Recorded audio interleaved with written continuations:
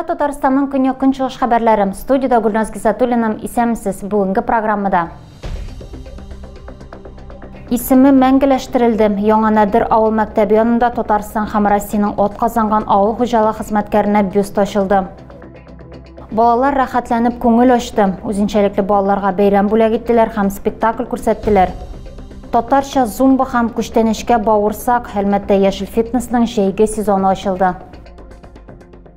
Баулы районыннан 4 кеше контракт буенча хәрби хезмәткә китте. Ир-егетләрне район советы бинасы яныннан узаттылар. Изге теләкләр һәм ватанны үз теләкләре белән сакларга китүчеләр өчен горурлану. Баулы районы башлыгы Ильяс Хозаиров ир-егетләргә куелган бурычларын уңышлы үтәүләрен һәм исән-сау гаиләләренә әйләнеп кайтуларын теләде. Самое главное, исән-сау кайтыгыз. Мы здесь вас ждем. Ребят на сторону, по контракту уходит. 54 яшьлек Марат үз теләге белән махсус хәрби операциягә икенче тапкыр китә. Аны туганнарыннан тыш иң яхшы дусты да озатырга килгән. Ир-егетләр хәрби хәзерлек үткәннән соң гына батальоннарга озатылачак. Нефть төбәгендә авыл хуҗалыгы үстерүнең авырлыгын үз җилкәләрендә тойган Самат Әхтәмов Әлмәт районында авыл хуҗалыгы тармагы үсеше башлангычында торган шәхес узган ел көннәрендә Яңа Нәдер авылы мәктәбе янында Татарстан һәм Россиянең атказанган авыл хуҗалыгы хезмәткәренә бюст ачылды. 40 наград различного уровня, среди них 17 союзного значения.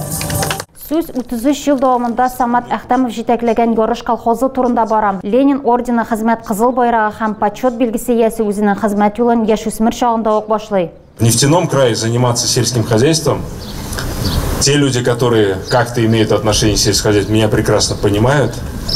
Если в сельских районах все самые выдающиеся умницы стремятся стать агрономами, председателями колхозов, то все-таки в нефтяном крае самые умницы по-прежнему хотят стать агрономами и председателями колхозов, но другие умницы хотят стать нефтяниками. 14 яшеннән алып пенсиягә киткәнче Самат Әхтәмов районның берничә ире авыл хуҗалыгы предприятиесендә эшләргә өлгерә. Тайсуган, Габдрахман һәм Туган авылы Яңа Нәдердә аның хезмәтләрен әле дә хәтерлиләр. Беренчеләрдән булып аларга газ үткәргечләр сузыла. Әлеге авылларда колхоз хезмәткәрләре өчен торак йорт төзелә. Тантаналы рәвештә бюст ачылганнан соң чарага җыелганнар мемориалга чәчәкләр салды. Лениногорскида юл хәрәкәте иминлеген тәэмин итү буенча комиссия утырышы узды. Белгечләр юллардагы вазгыять, җәйге каникулларда куркынычсызлык чаралары, автомобиль юлларын ремонтлау һәм төзекләндерү турында фикер алышты.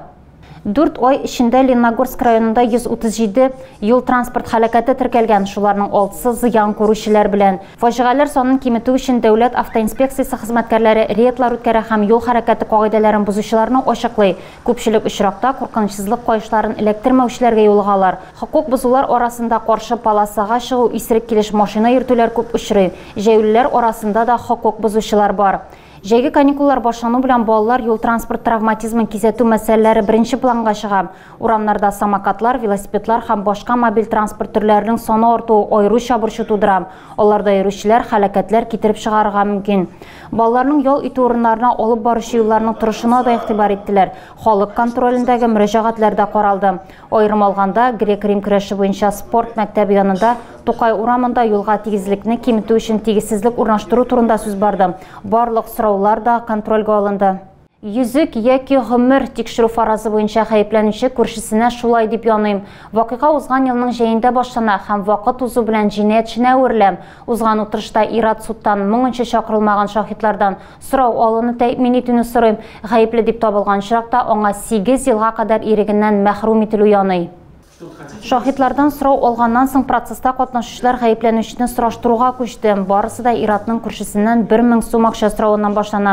Гаепләнүченең сүзләре буенча хатын ризалык бирә, әмма акчасы булмый. Шуннан соң күршесе аңа балдагын бирергә тәкъдим итә. Ломбардка аны үзе тапшырачагын, расписка язачагын һәм берничә көннән акчаны кире кайтарачагын әйтә. Тикшерү фаразы буенча гаепләнүче 22 елның 1 августында урамда күршесен очрата. Үз фатирына чакыра, эче балгач ир-ат шарт куя. Балдагыңны бирәсең яки кисәкләргә тураклыйм. Гаепләнүченең гамәлләре җинаять кодексының талау маддәсенә туры килә. Мондый җинаятьчене закон тарафыннан 8 елга кадәр иректән мәхрүм ителү каралган. Гаепләнүче соңгы сүзен әзерләү алсын өчен суд тәнәфес алды. Узган жылыту сезоны зәйдә хәвеф-хәтәрсез үтте. Бу сыйфатлы профилактик чаралар күрү нәтиҗәсендә мөмкин булды. Кышка кадәр әле ерак, шулай да яңа жылыту сезонына әзерлек бүген үк башланды. Май уртасында ук оешмалар шәһәрнең иске өлешендә җылылык системаларын юдырткан, шәһәрнең яңа өлешендә әле эшләр дәвам итә. Быел 3 километрга якын җылылык шелтәрләрен алыштырырга кирәк. Иске җылылык трассасы заманчага алыштырылачак. Җылылык шелтәрләрен яңарту шул исәптән коммуналь инфраструктураны модернизацияләү төбәк программасы буенча да бара. Хәзер Автозаводская урамында торба үткәргеч җир астына салына, ул микрорайонның ямендә бузып тора иде. Җылылык шелтәрләрен алыштыру барышында кайнар су бирү туктатылмый, димәк микрорайон халкы уңайсызлыклар кичерми. Казан Крупская урамнарында Нефтчеләр проспектында җылылык шелтәрләрен модернизацияләү эше тәмамланган, шәһәрнең яңа өлешендә җылылык системаларын юдырту июнь башына планлаштырылган. Халыкара балаларны яклау көне алдыннан 21 мәктәп базасында хәйрия бәйрәме уздым. Аны Игелек бүләгет фонды оештырдым. Чарада мөмкинлекләре шикләнгән балалар, аларның әти-әниләре һәм укытучылар катнашты. Балалар өчен иҗади мастер-класслар һәм бәйрәм программасы оештырылды. Шулай ук аларга ачык һавада спектакль дә күрсәттеләр.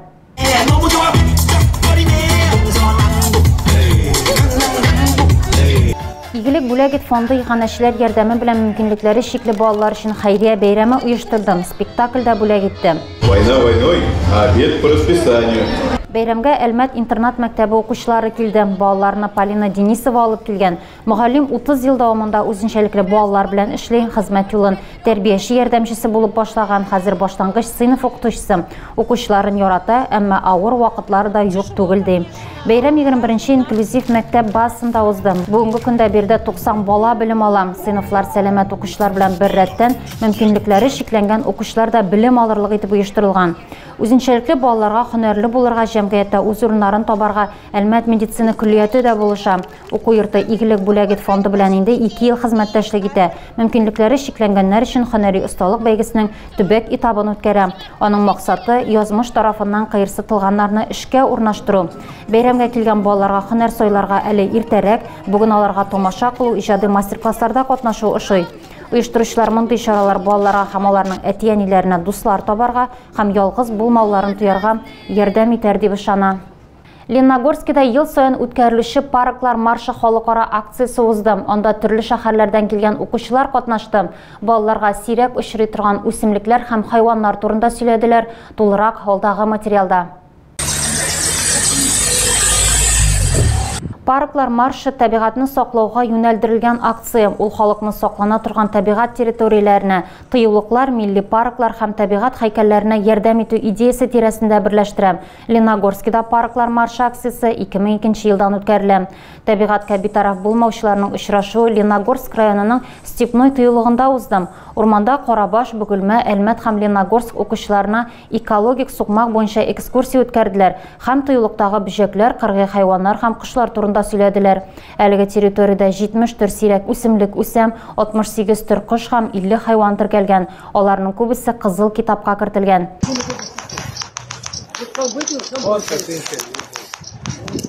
Ел дәвамында экологик чараларда актив катнашкан мөгаллимнәр һәм укучылар лаеклы дипломнарга ия булды.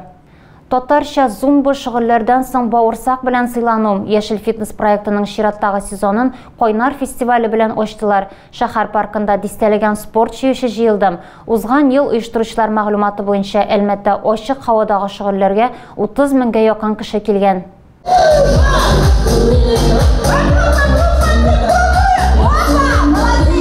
Кайнар Яшел фитнесның фестиваль исемлегендә беренчесе халыкчан физкультура проектның чираттагы сезонына старт берде. Катнашучылар арасында ачык тренировкаларга даими йөрүчеләр бар. Татьяна Шипилова шуларның берсе. Соңгы 5 елда аның өчен бу яхшы ял итү усулы. Халыкчан чара татар зумбасы белән генә шикләнмәде. Катнашучыларга бавырсак та тәкъдим иттеләр, әмма сыйланыр өчен ахырга кадәр калу шарты куелды. Гөлшат Мишанина проектта 5 елдан артык төркемнәрдә шөгыльләр алып бара. Спорт белән гомер буе шөгыльләнәм, чаңгыны үз итәм. Хәзер аның укучылары арасында Яшел фитнеста катнашучылар гына түгел, сәүдә техникумы студентлары да бар. Яшел фитнес 2015 елда булдырылды. Әлеге дәвер эчендә ул 20 миллион кешене җәлеп итте. Узган елда гына да Әлмәттә 30 меңгә якын кеше ачык һавадагы тренировкаларга килгән. Кышын һәм җәен, көндезен һәм кичен илнең 47 төбәгендә физик активлык сөючеләр шөгыльләргә йөргән. Проект тренировкалар сезонын ошып жиберди һәм алар октябрга кадәр дәвам итәчәк. Әлеге чырышында оештыручылар 5 фестиваль уздырырга ниятли. Соңра кышкы этапны үткәрергә исәплиләр. Шөгыльләрнең көне вакыты белән ВКонтактеда Яшел фитнесның төркемендә танышырга мөмкин.